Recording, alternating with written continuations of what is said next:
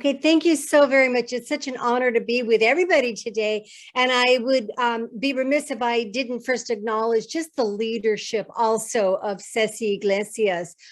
She's been a school board member. She's been a strong advocate for really all families in not only in Orange County, but really throughout California.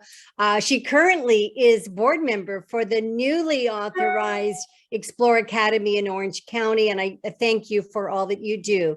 And I'd also like to acknowledge the leadership and the advocacy of the Honorable Mary Barkey as well. Very important leadership at the Orange County Board of Education.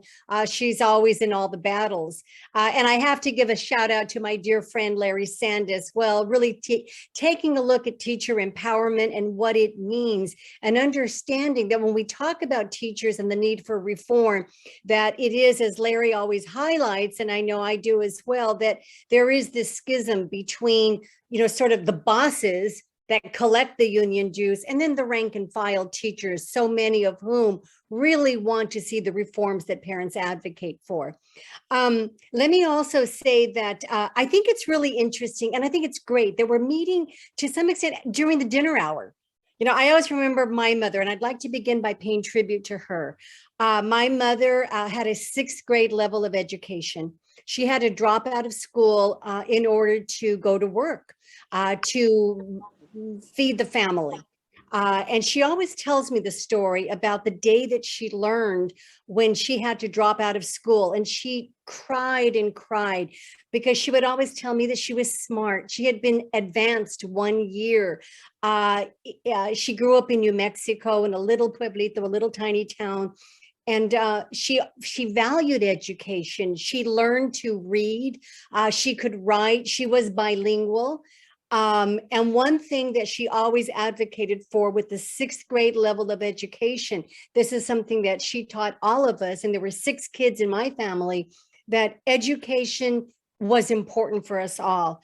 Really, all she wanted was to make sure that every one of her children would graduate from high school. And during the dinner hour, when she would be making dinner, she would always, move aside a piece of the table, clear a piece of the table so we could do our homework. She would tell me she didn't understand what we were doing, but she really was there overseeing and guiding what we were doing. And I sit at a kitchen counter today as I'm talking with you. And so I think it's so symbolic for you to meet during the dinner hour, because moms across Orange County and California and the nation, we're hustling and bustling trying to get dinner going. And this really is not only food for thought, but food for action as we talk about today. So let's remember who came before us and give gratitude. So I think that, I really want to kind of go backwards in terms of thinking about myself and what I did a little bit later. But I think the most important issue is, it's rather amazing when we talk about, do parents have rights? And we talk about parent empowerment. And of course, parents have rights. The irony is that even if we take a look at federal laws, like the Every Student Succeeds Act, that was a bipartisan piece of legislation, K through 12. If you read the print, and sadly, most parents never get access to it. It's sort of translated to us, the legalese, the way that lawyers in the legislatures, in this case, Congress, writes legislation that affects all of our lives, all of our rights. And it's so convoluted that most parents can't understand it. So it's up to us largely to translate that, to put it in a language that is mom and dad friendly, a language that we can all understand. And I'm not talking about English or Spanish or Cantonese or anything like that, but the verbiage, what does it mean? How do we translate this? But I think it's important, even as we debate the issue of parent empowerment, to know that from time immemorial, parents are in the law with mandated rights that sadly, though, get lost when it gets into the translation and the actual practice. And then we take a look at some of the participation that we've written into, for example, in California and others, where we have these things called state report cards. And I, for one, am very much interested in data, in accountability. I believe in testing and metrics and being able to take a look at performance of a teacher and outcomes to a student. And some years ago in California, much of this was changed. It was largely erased. And that was largely because of the resistance by district officials, by school district boards, teachers union, who I'm just going to say didn't want for us to find out the quality of education. So there have been a lot of, reforms, and not all reforms are great, but there were some reforms that basically put together this thing called a dashboard. And you go up on the California Department of Education website, and I have a PhD. I wrote laws on education. I find it hard to find the information, to be able to translate it. Rather than having, one metric, one score, one data point. And there's always flaws when you have that, but you look at growth. But you give me a number that I can understand it. It's a ballpark, it's a gauge. What we did is, well, I didn't do it, but Sacramento and the folks there did it, basically erased that. So parents no longer had a score. And in California, we have tried, we've never been able to give even like a letter grade that parents could understand, like an A, a B, an F.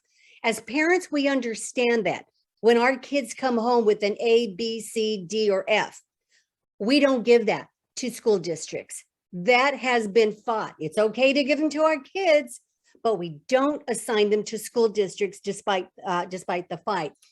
I've been to Weight Watchers in California, and the first thing you do when you walk in the door, you have to step on the scale, right? And right away, we know our number. We know if we've succeeded. We know if we have grown, and in this case, lost with Weight Watchers because we want to go down. And we get the applause when we meet our goals, et cetera, and then we get new programs to carry on. If you go to the doctor, for anybody who has hypertension, high blood pressure, diabetes, et cetera, they put the arm around you, the wreath around you, and right away, this is the metric. Your blood pressure is too high. When we go to the lab, we take tests. We know what the numbers are. And the numbers can fluctuate, depends on what you've eaten, et cetera, whether you fasted before you took the test or not. But we have numbers, we have metrics by which we can gauge our success in meeting our health goals. If we've ever driven, and probably most of us in California have been in a car, that's the dashboard, right? We see how fast we're going. And if we're pulled over by we might say, oh, I didn't realize I stepped on the gas, or suddenly we let the gas pedal go. But we have a metric, a number that lets us know, we are progressing. We're moving along safely. We're being wise in our driving. So kind of think about that when we think about what these numbers mean from tests at the state level, the national level, the report cards that I believe we should have, just to kind of cut through everything and give parents a metric by which we can judge how our child is advancing. Well, that's gone. And today, if you go onto the CDE website and you take a look at everything, we've got all kinds of reports and this and that and blah, blah, blah. And then we have the dashboard that is color-coded. It reminds me of the old Twister game. If anybody's ever played Twister, remember there's reds and yellows and blues and there's greens, and you get all twisted up. And as parents, we're supposed to figure out a factor of 3 and how much we've moved. It's complicated. And you know what? Nobody understands it. But what Sacramento especially has prevented parents from obtaining is just some kind of clarity. Just give me the facts. When I actually wrote legislation before I left Sacramento in 2010, we still had a metric. It was called the Academic Performance Index. There were flaws with it, but we could take a look at growth, et cetera. But I could look at that and have an understanding of success and the performance of a school by which I could judge how my child was doing. And based on that metric, I wrote laws. It was called basically the Parent Empowerment Act of 2010. And it enabled parents using real metrics to make decisions for their children. We can still do that today, but it's so much more complicated. So I think as we go forward, we want to go back to figuring out a way that we can just understand what is going on, how our child is doing, and I think use the power of data. I'm a PhD. I believe in the power of data. Numbers matter. And I think it's real. And as parents, I used to hear, oh, well, parents don't understand it. No, that is so elitist and condescending to say parents don't understand it. And even worse, with all those twister paints, little circles up on the CDE website, I don't think anybody understands those colors. So we need to really change that.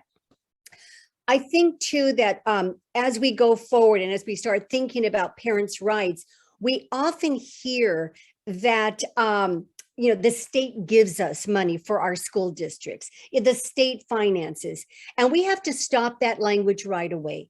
The state does not give us anything. The school district does not give us anything. You know where the money comes from? It doesn't fall magically from Sacramento or from your local school district. It starts from taxpayers in the state of California. It starts with moms and dads paying taxes, be them, property taxes, sales taxes. There's a whole formulation. Taxation policy in California is really complicated, and we don't even have the little twister charts there to understand it. But I think we have to change that discourse, because that's what gets us trapped when we start fighting to fund students rather than systems, when we want to move our child into a homeschool or a charter school or to a private school. We're always told, oh, well, you're taking money away from the school. No, wait a minute. That money isn't coming from the school or the state to the parent. This is not a charity that's being given to us. We have funded it with our taxation policy. So I think we really have to turn that around and start changing the language about this, so that we really highlight that if taxpayers, moms and dads, are paying the taxes, then we have a right to understand what's happening with that, the allocation of the money, where it's going, and what we wish to do with it. And I'll talk about some of the initiatives in a little bit. I think we're all excited about Virginia. And I think Republican, Democrat, Independent, it doesn't matter, because when we're fighting for parents' rights, we're fighting for the rights of all of us.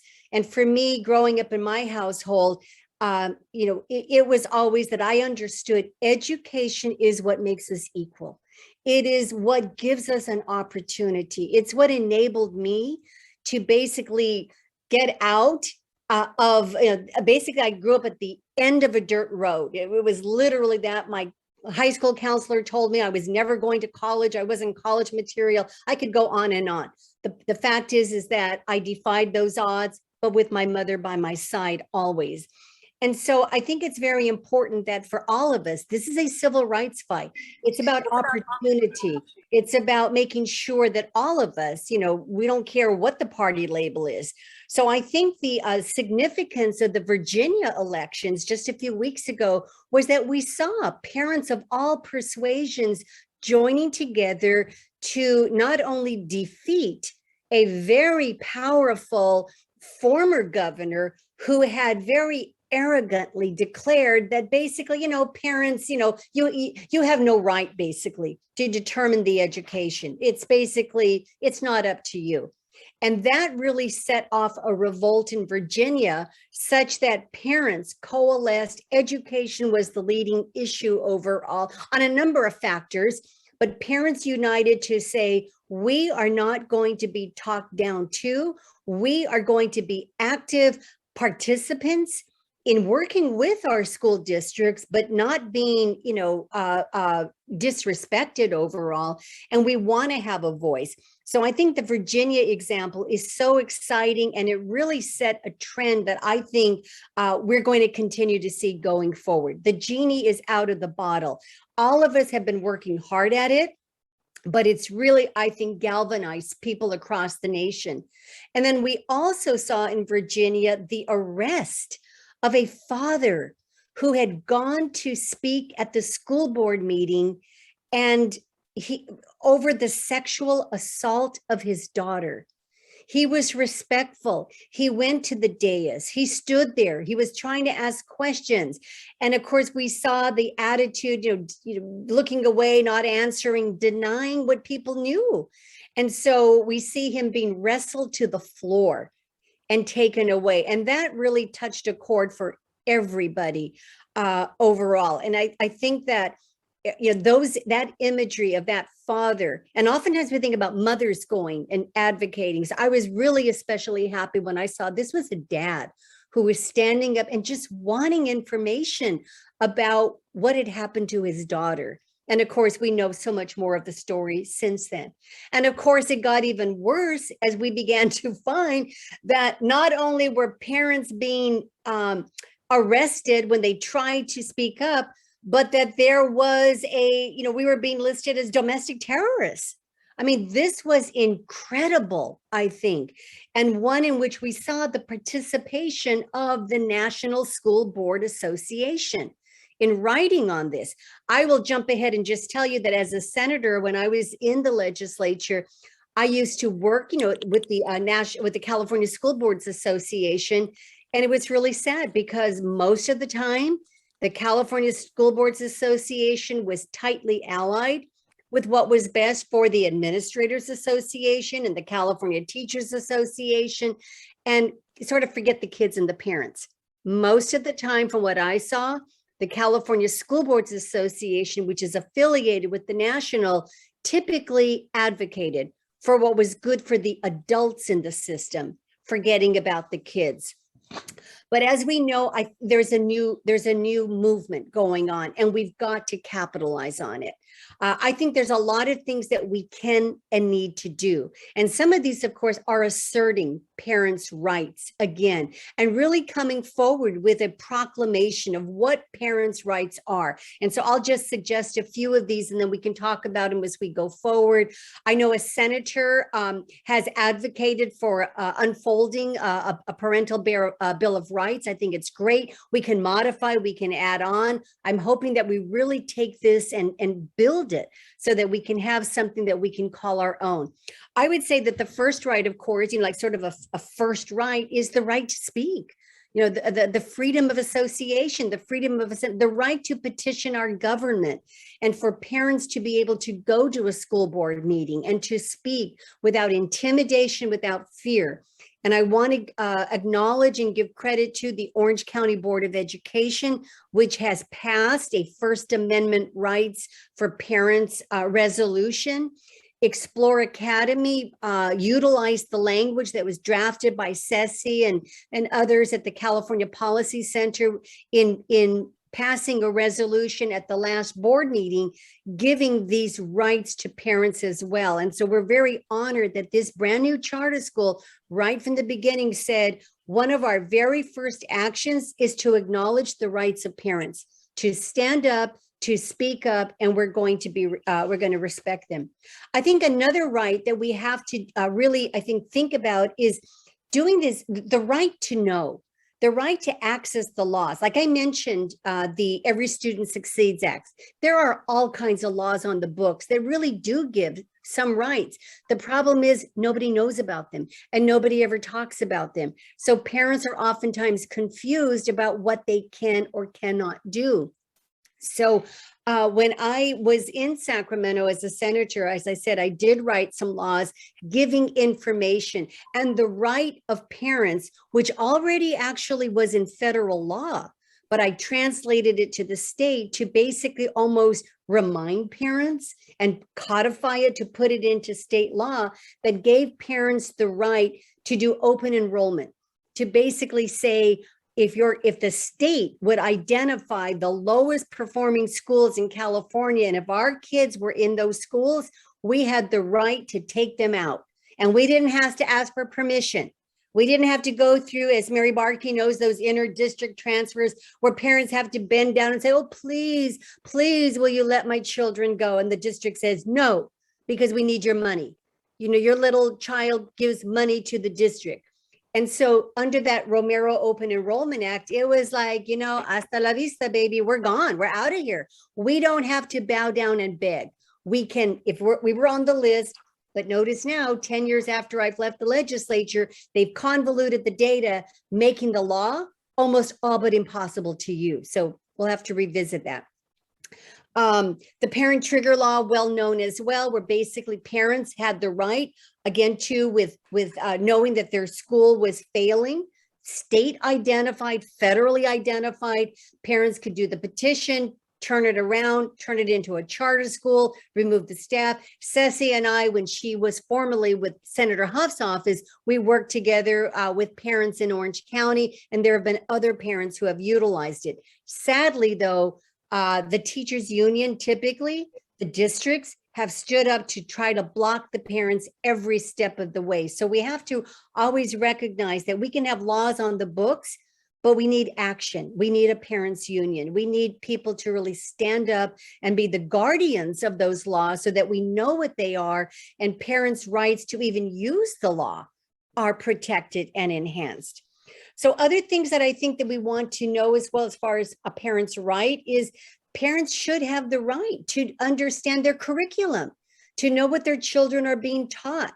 I've heard that in some states, they've actually tried to prevent parents and have told parents, countersued parents when they did public records request acts trying to get information. A parent was actually sued. You know what? We should test that out. And I would include not only district schools, but charter schools as well. Because I'll be honest, and I hate to admit it, but there is a lot of wokeism in charter schools as well. But I think this could be a very interesting homework proposal for all of us, to start finding out and doing those FOIA, the Freedom of Information Act, Public Records Act requests on what kind of curriculum our kids have, guest speakers, trainings, etc., professional development. And we know that typically during the week, our kids come home early because teachers are in professional development. Well, what are they being developed on? And I think it'd be a really interesting to start finding out, what is the Anaheim school district doing? I don't know if we want to know or not, but I think it would be fascinating to know the right to that. I also think it's very important for parents to have the right to visit the school, to be able to walk the classroom, to go in, to monitor, to serve without being screened. I think that's very important. Always, of course, to the right to school records, medical or otherwise, to find out what is being said. I think also, too, we as parents should try to find out and know what's being done with our children's information. We might be surprised about now with, Zoom classes, otherwise recordings, where is the data going? I think we might be surprised at times. Certainly, we should have the right to have transparency, accountability by our school boards, and to know about issues that affect the safety of our children. So I think that it's very important. But remember, overall, there can be a lot of rights and laws, but I still come back down to it. If we aren't educated, if we don't learn about them, and then are able to use them, and then to remove the roadblocks from using them, they're just a bunch of pretty words on legislative text that's never going to be used. So that's the power, I think, of the parents' union, is really it's like an underground railroad. We are teaching each other about the laws, sometimes how to, where the loopholes are, just like the others do it. How do we get around it? What do we do? And also, can we find folks who are willing to help us close some of those gaps that work against us? Many times we will say, well, I'm a member of the PTA.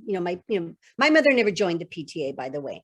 Again, and the PTA can be fine, but I have found in Sacramento, when I was there writing legislation, sadly, the PTA was more T than P.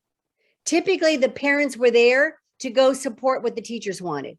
So on pieces of legislation, the parent trigger law, the open enrollment law, so many laws that I had, there was the California PTA opposing every law that I tried writing for parents. And I would look at them like, what part of parent do you represent? Oh, well, they can come and bring cupcakes to the school. But today you can't really even do that anymore. But, kind of like we were the help. And I hate to say it, but that's my impression of the PTA. Parents were the help. And we have to say no more. We are not the help. These are our children. We are the architects of our children's future. So that's what I really value about the parents union, is that it's about the P and the P only. And so there's the strength. And you can join the PTA, there's stuff, raising money for field trips and all of that stuff, blah, blah, blah. But until we have enough of a critical mass to really turn that around, the sad thing is, when it comes down to it, on passing and fighting laws in Sacramento, it still is really parents provide cover for teachers. And then they say, oh, see, the parents don't appreciate it either. So we have to look at that very strongly. One of the biggest issues today, of course, and it's really been gratifying to see so many parents come to the Orange County Board of Education, especially on the concern over the shutdowns, which have been horrendous, which have contributed to learning loss in California, the mandated vaccinations. And again, too, I am vaccinated. I encourage vaccinations, but I don't believe in the mandates. The masks, which are suffocating our little children, to me, I just find it incredulous overall. So these are real things overall. I've sat in on the forums that Orange County did on critical race theory. And I will say, I believe in ethnic studies. I've taught in ethnic studies. I've taught in what's called American studies. I believe in understanding the diversity of our country, the bad things that had, but overall, the wonderful opportunities we have in this country. But CRT, critical race theory, has taken it to a whole different level that to me is not representative of what a strong understanding of American history is or should be. And when we start shaming children or teachers or administrators on skin color, there's just something wrong. That is not the civil rights fight that I feel I grew up in. So I can understand when parents raise that, and we have to keep doing that overall. So I think overall, where do we go from here? Because I want to open it up so we can have a conversation. There's lots that we can do. Sadly, I think in Sacramento, it's going to be very hard to get legislation passed. I was able to get some bills passed back in 2010 because it wasn't a one-party state. And I say that as a Democrat. There was a Republican governor. It was Democratic controlled legislature, but I was able to work across the aisle, as I've always done, with Republican colleagues and then a few brave Democrats who were willing to sign on to my parent reform legislation, because I knew if I could get it out of both houses to the desk of then Governor Schwarzenegger, who was a Republican and who believed in school choice and parental empowerment, I could get the legislation signed. Well, that's gone. I mean, Gavin Newsom has shut down our schools. I don't think except for his kids, right? So he doesn't necessarily want to hear this. So the way we're going to get there is either through litigation. It takes time, but I think we have to pursue that and find victories. Also through the initiative process. And I'm really excited. And I know Ceci Iglesias and Mary, I know you've worked on this as well. Really the idea of funding students. Fund the student, not the system, so that we understand that it's our children that are the wealth creators. Money that we give, that we send to Sacramento for allocation, not the other way around, should go where our children go. And so there's going to be an initiative. We're out getting signatures now. I'm very honored to become an active part of this campaign to fix California. It's Education Savings Account Act. And basically what it would do, there's lots of details there, but we'll have information we can share with everybody, some fact sheets. It basically says that parents, and it would be phased in. So we start with the neediest kids first, the most needy children in California. And so it's really exciting where they can go rather than just being stuck at their neighborhood school if they don't like it. If you like your neighborhood school, fine, great, wonderful. But if you want to leave, if you see it's on a state list that says this is failing, right now you can't leave, but unless you have money. like Gavin. I mean, his kids are, and again, to more power to him. I support that right of a parent to put their child where they wish, but then it should be given to all. And being poor in California or middle class and not being able to afford it should not be the factor that limits it. So those initiatives are going to be out on the street, the petitions. If you see them, please sign them, ask for them. I know that I'll be very actively involved, and we'll look forward to working with you on that. But I think right now, in closing, before we go into questions and thoughts, your comments, is I think we're at a great time. I always say I'm the eternal optimist. You have to believe. Education has made the most profound difference in my life. My mother fought for me with the 6th grade level of education. She never gave up. And I think we have to pay it forward. We have to remember that. And I see so many, especially the moms today, that remind me of her. And this is a time of transformation. And it's never easy, because in fighting in Sacramento, especially, we are fighting the most powerful political special interest in California, the California Teachers Association, which has a bigger campaign war chest than the oil companies, the pharmaceutical companies, insurance companies, you name it. It's the biggest political interest, where legislators are afraid to take them on because they will come after you, mercilessly. So it's up to us as parents. But I believe that if we do it, nonpartisan, parking our politics, just focused on education of our children, making sure that money goes with the child, not that the money goes to the school district and then you're locked in that school district no matter what you want or don't want. I think we can make the change. So we're on a good path. And I think 2022, right around the corner, I think we're going to see some real transformation in California.